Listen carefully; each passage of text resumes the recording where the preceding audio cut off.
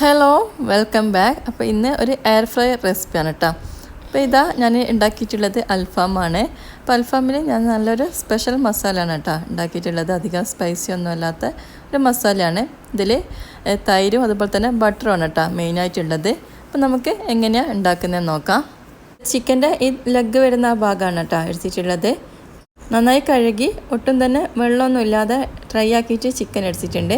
ഇനി ഒരു ബൗളിലേക്ക് ഇതാ ഞാൻ തൈര് ഇട്ട് കൊടുക്കുന്നുണ്ട് കേട്ടോ. അപ്പം തൈരാണ് ഇതിൽ മെയിനായിട്ട് വേണ്ടത്. ഞാനൊരു 3 ടേബിൾ സ്പൂണ് തൈര് ഇട്ടിട്ടുണ്ട്. അപ്പോൾ ഇത് നല്ല കട്ടിയുള്ള അധികം പുളിപ്പില്ലാത്ത തൈരാണ് കേട്ടോ. 3 ടേബിൾ സ്പൂൺ എടുത്തിട്ടുണ്ട്. ഇനി അതിലേക്ക് ഇത് ആവശ്യത്തിനുള്ള ഉപ്പിട്ട് കൊടുക്കാം. പിന്നെ ഇത് 1/2 ടീസ്പൂൺ ഒറിഗാനോവും പിന്നെ 1/2 ടീസ്പൂണ് ഒറിഗാനോവും 1/2 ടീസ്പൂണ് ചില്ലി ഫ്ലേക്സും കൂടി ഇട്ട് കൊടുക്കുന്നുണ്ട് കേട്ടോ. പിന്നെ ഇതാ 1/4 ടീസ്പൂണിനും കൂടുതലായിട്ട് നമ്മുടെ കുരുമുളക് പൊടിയും കൂടി ഇട്ട് കൊടുക്കുന്നുണ്ട്.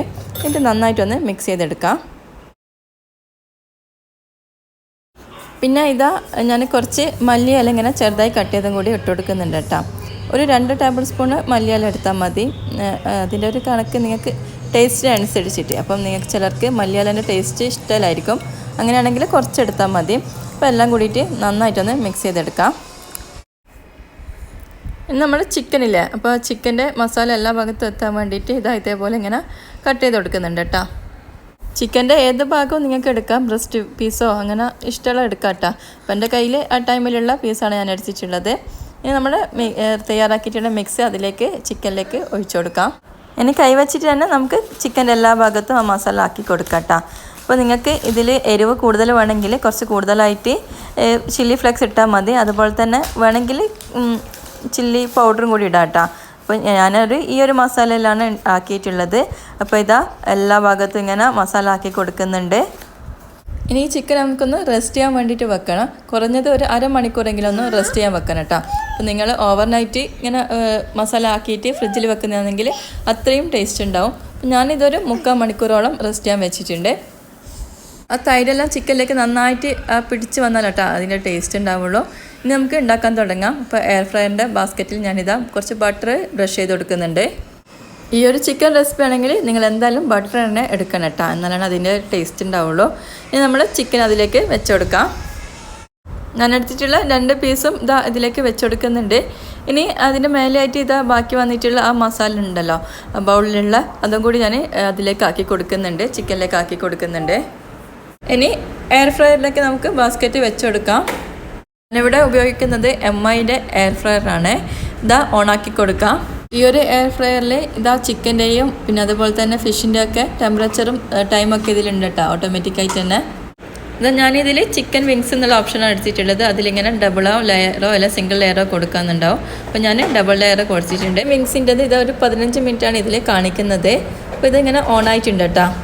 മിനിറ്റ് കഴിഞ്ഞപ്പോൾ ഞാനിതൊന്ന് പോസാക്കി വെച്ചിട്ടുണ്ട്. നമുക്കതൊന്ന് ഓപ്പൺ ചെയ്ത് നോക്കാം. ഇതിനെല്ലാം റെഡി ആയിട്ട് വരുന്നുണ്ട്, മസാലയൊക്കെ ഡ്രൈ ആയിട്ട് നിൽക്കുന്നുണ്ട് കേട്ടോ. അപ്പോൾ ആ ടൈമിൽ നമുക്ക് കുറച്ച് ബട്ടർ ഒന്ന് ബ്രഷ് ചെയ്ത് കൊടുക്കണം.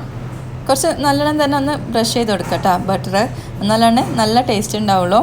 അപ്പോൾ ഞാൻ 2 ചിക്കനിലേക്കും ഇതാ ബട്ടർ ബ്രഷ് ചെയ്ത് കൊടുക്കുന്നുണ്ട്. ഈ ചിക്കൻ നമുക്കൊന്ന് മറിച്ചിട്ട് കൊടുക്കാം. ആ ഭാഗം കൂടി ഒന്ന് വെന്ത് വരണം. ഇപ്പുറത്തെ ഭാഗം വെന്തിച്ചില്ല കേട്ടോ.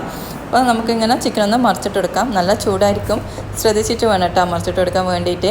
അപ്പോൾ ഇനി നമുക്ക് ക്ലോസ് ചെയ്യാം. ബാസ്ക്കറ്റ് നമ്മൾ ക്ലോസ് ചെയ്യുമ്പോൾ തന്നെ ഇത് ഓട്ടോമാറ്റിക്കായിട്ട് ഇത് ഓൺ ആയിട്ടുണ്ട് കേട്ടോ. ഇതാ കംപ്ലീറ്റ് ഇടാന്ന് പറഞ്ഞിട്ടുള്ള ഇത് വന്നിട്ടുണ്ട്. നമുക്കിതൊന്ന് ഓപ്പൺ ചെയ്ത് നോക്കാം. ഇപ്പോൾ 15 മിനിറ്റാണ് കേട്ടോ ഇതിൻ്റെ ടൈം ഉള്ളത്. അപ്പോൾ 15 മിനിറ്റ് കഴിഞ്ഞപ്പം ഞാനിത് ഓപ്പൺ ചെയ്ത് നോക്കുന്നുണ്ട്. അപ്പോൾ ഇത് റെഡി ശരിക്കും ആയിട്ടില്ല. അപ്പോൾ ഒന്നും കൂടി ഒന്ന് ആവാനുണ്ട് കേട്ടോ. അപ്പോൾ കുറച്ചും കൂടി നമുക്ക് ബട്ടർ ഇങ്ങനെ ബ്രഷ് ചെയ്ത് കൊടുക്കാം. പിന്നെ ഇത് ഞാൻ വിങ്സിൻ്റെ ആ ടെമ്പറേച്ചറിലാണ് ആ ടൈമിലാണ് വെച്ചിട്ടുള്ളത്.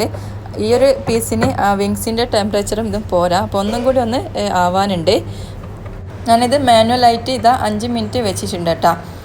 5 മിനിറ്റ് കഴിഞ്ഞപ്പോൾ ഇതാ ഓട്ടോമാറ്റിക്കായിട്ട് ഓഫ് ആയിട്ടുണ്ട്. അപ്പോൾ ഇതാ ചിക്കൻ ഇവിടെ റെഡി ആയിട്ടുണ്ട് കേട്ടോ. നല്ല മസാലയൊക്കെ നല്ലൊരു കളറായിട്ട് വന്നിട്ടുണ്ട്. അപ്പോൾ ഇത് 20 മിനിറ്റ് കഴിഞ്ഞപ്പോഴാണ് നന്നായിട്ട് കുക്കായിട്ട് കിട്ടിയിട്ടുള്ളത്. അപ്പോൾ നമുക്കിത് ബാസ്ക്കറ്റിൽ നിന്ന് മാറ്റാം. അപ്പോൾ ഇതാ ചിക്കൻ ഇവിടെ റെഡി ആയിട്ടുണ്ട്. എന്തായാലും ഒന്ന് ട്രൈ ചെയ്ത് നോക്കാം. എല്ലാവർക്കും ഇഷ്ടമാകുന്ന ഒരു മസാലയാണ്. അധികം സ്പൈസി ഒന്നും ഇല്ലാത്ത നല്ല കുട്ടികൾക്കൊക്കെ നന്നായിട്ട് ഇഷ്ടമാവും കേട്ടോ. എൻ്റെ വീഡിയോ ഇഷ്ടമായിട്ടുണ്ടെങ്കിൽ നിങ്ങൾ ലൈക്കും അതുപോലെ കൂടുതൽ വീഡിയോസ് കാണാനായിട്ട് സബ്സ്ക്രൈബും ചെയ്യാം. അപ്പോൾ ഇതാണ് നമ്മുടെ ഇപ്പം ബാസ്ക്കറ്റിൽ ഈ ഒരു മസാല അല്ലേ നല്ല ടേസ്റ്റാണ് കേട്ടോ. അപ്പം നമുക്ക് വേണമെങ്കിൽ ഈ ഒരു മസാല ഇതിൽ നിന്ന് മാറ്റിയിട്ട് നമുക്ക് കുബൂസിൻ്റെ കൂടെ ഒക്കെ കഴിക്കാം. അത് നിങ്ങളെ ഇഷ്ടം പോലെ കേട്ടോ. അപ്പം ഈ ഒരു മസാല കുബൂസിൻ്റെ കൂടെ കഴിക്കാൻ അടിച്ചിട്ടുണ്ട്. നല്ല ടേസ്റ്റാണ്. ബട്ടറും പിന്നെ ആ ഒരു മസാലയിലൊക്കെ കൂടിയിട്ട് നല്ല ഉണ്ട് കേട്ടോ കഴിക്കാൻ. അപ്പം പിന്നെ ഇത്രയേ ഉള്ളൂ ഇന്നത്തെ വീഡിയോ. അപ്പം ഇഷ്ടമായിട്ടുണ്ടെങ്കിൽ അപ്പം മറ്റുള്ളവരിലേക്ക് ഒന്ന് ഷെയർ ചെയ്ത് കൊടുക്കുക. അപ്പം ഇൻഷാ അല്ലാഹ് മറ്റൊരു വീഡിയോ ആയിട്ട് കാണാം. അസ്സലാമു അലൈക്കും.